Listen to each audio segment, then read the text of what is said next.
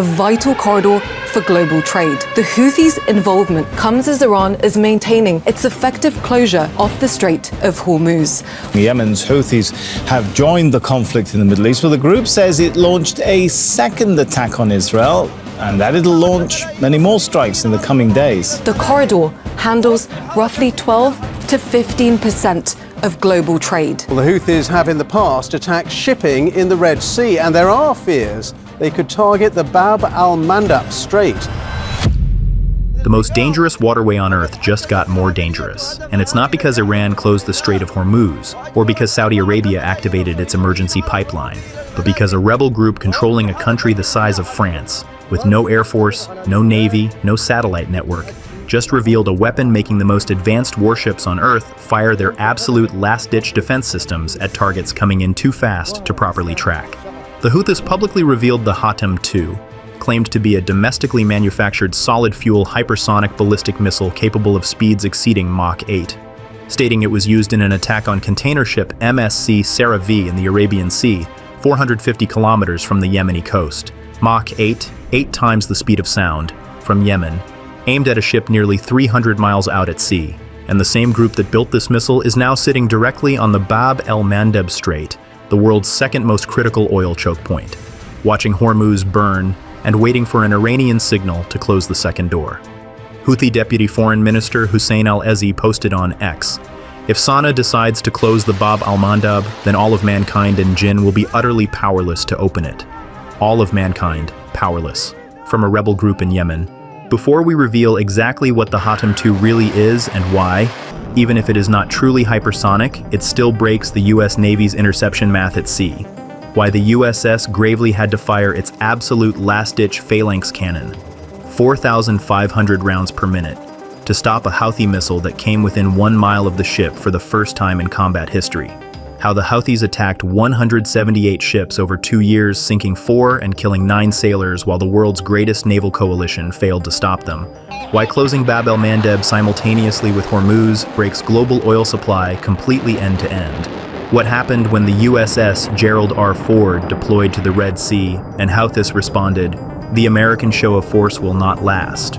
And why a senior Iranian source told Reuters that if the situation gets out of control, Iran's allies will also close Bab el-Mandeb. Subscribe and hit that bell. Because what the Houthis just revealed is not just a missile. It is proof that a rebel group with no conventional military can hold the world's most powerful navy at ransom, and their price is going up. We connect it right now. Here is what the Hatem II actually is, and why the truth is more dangerous than the hype.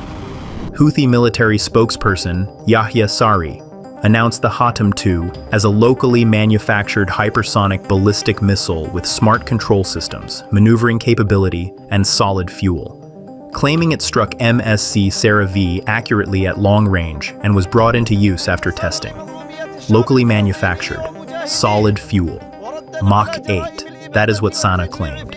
Now here's what weapons experts found when they analyzed the video the Houthis released.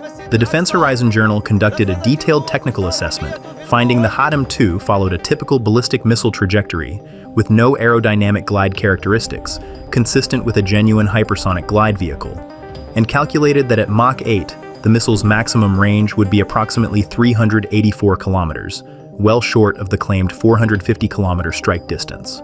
The range doesn't add up. The trajectory doesn't match.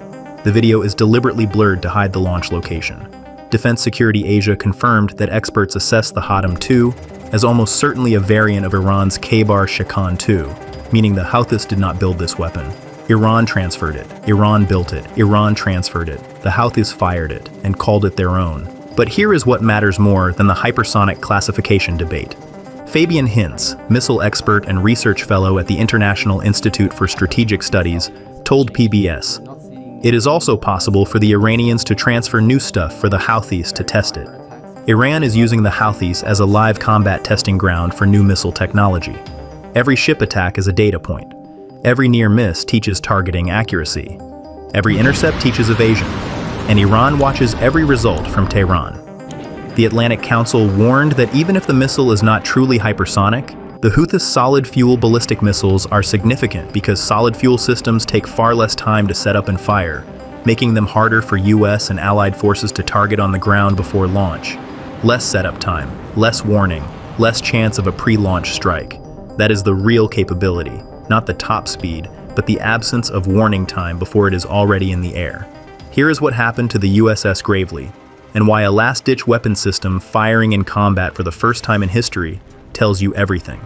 A Houthi cruise missile came within 1 mile of the USS Gravely before it was shot down, with the ship using its phalanx close-in weapon system, a cannon firing 4,500 rounds per minute that only activates when all other defensive layers have already failed.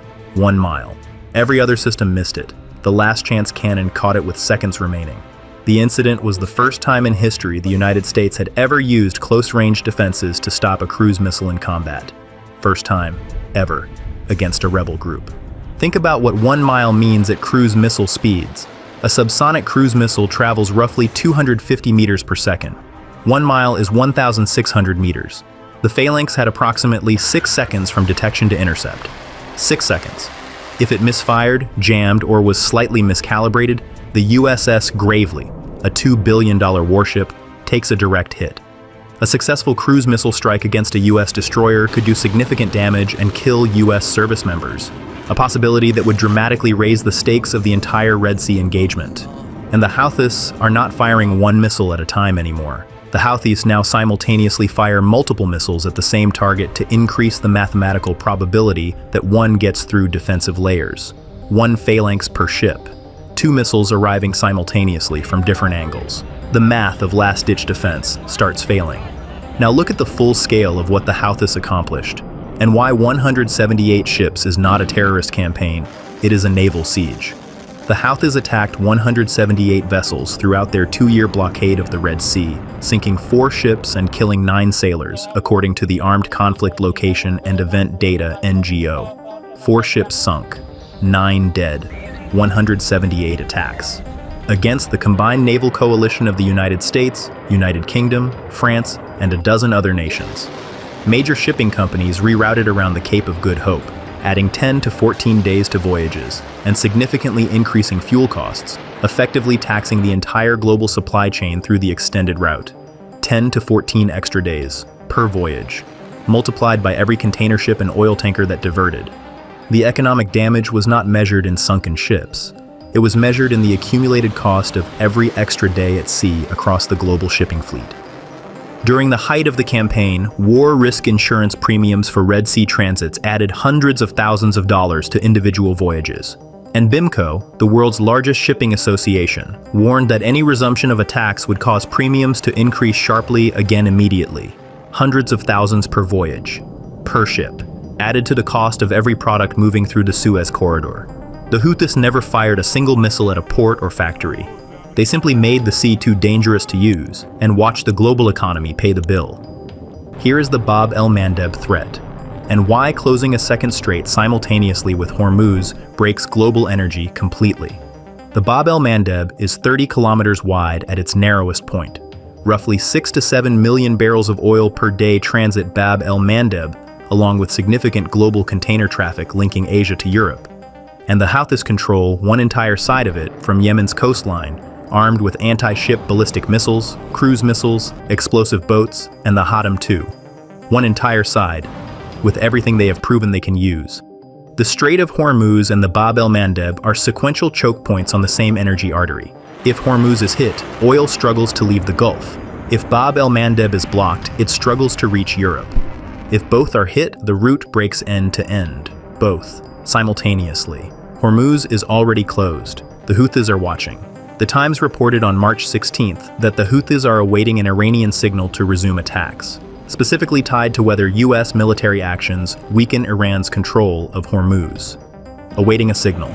Tehran holds the trigger. When Iran says go, Bab el-Mandeb closes. And a senior Iranian source told Reuters on April 7th, if the situation gets out of control, Iran's allies will also close the Bab el-Mandeb Strait. Iran's allies, specifically the Houthis, who spent 2 years proving they can make a strait commercially unviable without physically blocking it, just by making it too dangerous to use. Saudi Arabia is currently diverting nearly 5 million barrels per day of crude oil to the Red Sea port of Yanbu after Hormuz closed. with crude oil transiting Bab el-Mandeb jumping 21% in the first 28 days of March compared to February. 5 million barrels. Through the waterway the Houthis control. The bypass route for Hormuz runs directly past Yemen, and the Houthis know it. Around 30 tankers near the Saudi port of Yanbu are currently within Houthi strike range.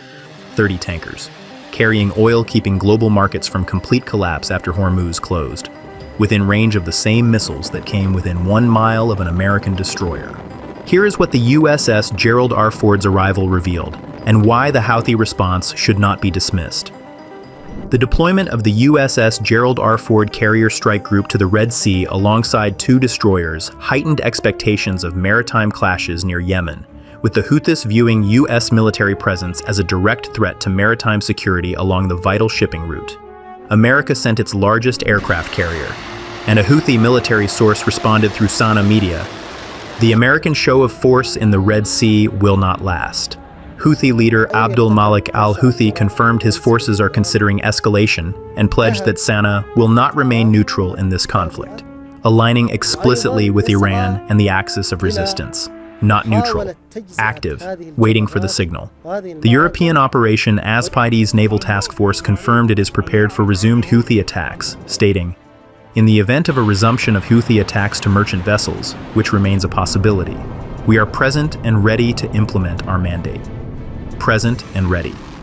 That same force was present and ready throughout the entire 2023 to 2025 campaign. The Houthis attacked 178 ships anyway.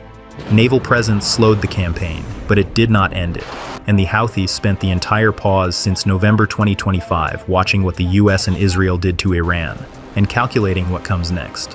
One thing is absolutely certain. The Houthis revealed the Hatem 2 missile claiming Mach 8 speed and 450-kilometer range, with experts assessing it as an Iranian Khaybar Sheikhan 2 variant transferred to Yemen for live combat testing.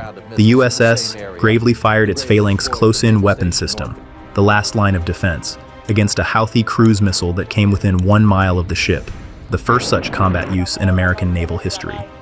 The Houthis attacked 178 vessels over 2 years, sinking 4 and killing 9 sailors against a multinational coalition.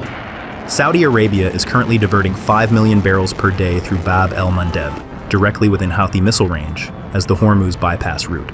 30 tankers near Yanbu sit within confirmed Houthi strike range right now. A senior Iranian source confirmed to Reuters that Iran's allies would close Bab el-Mandeb if the situation escalates. The USS Gerald R. Ford deployed to the Red Sea. The Houthis responded that the American show of force will not last, and Iran holds the trigger to activate all of it with a single signal. So here is what happens next. The Houthis spent 2 years mastering how to hold a strait hostage without formally closing it. They sank ships. They came within 1 mile of destroying an American destroyer using a last-ditch system that had never fired in combat before. They forced trillion-dollar companies to reroute around Africa, and they did all of it while spending a fraction of what the coalition spent trying to stop them. Now Hormuz is closed. Saudi oil is flowing through Bab el-Mandeb. 30 tankers sit within missile range of a group that just revealed a new weapon and is waiting for Tehran's signal. The USS Gerald R. Ford is in the Red Sea, and the Houthis answered America's largest aircraft carrier with 3 words. The show ends. Stay tuned.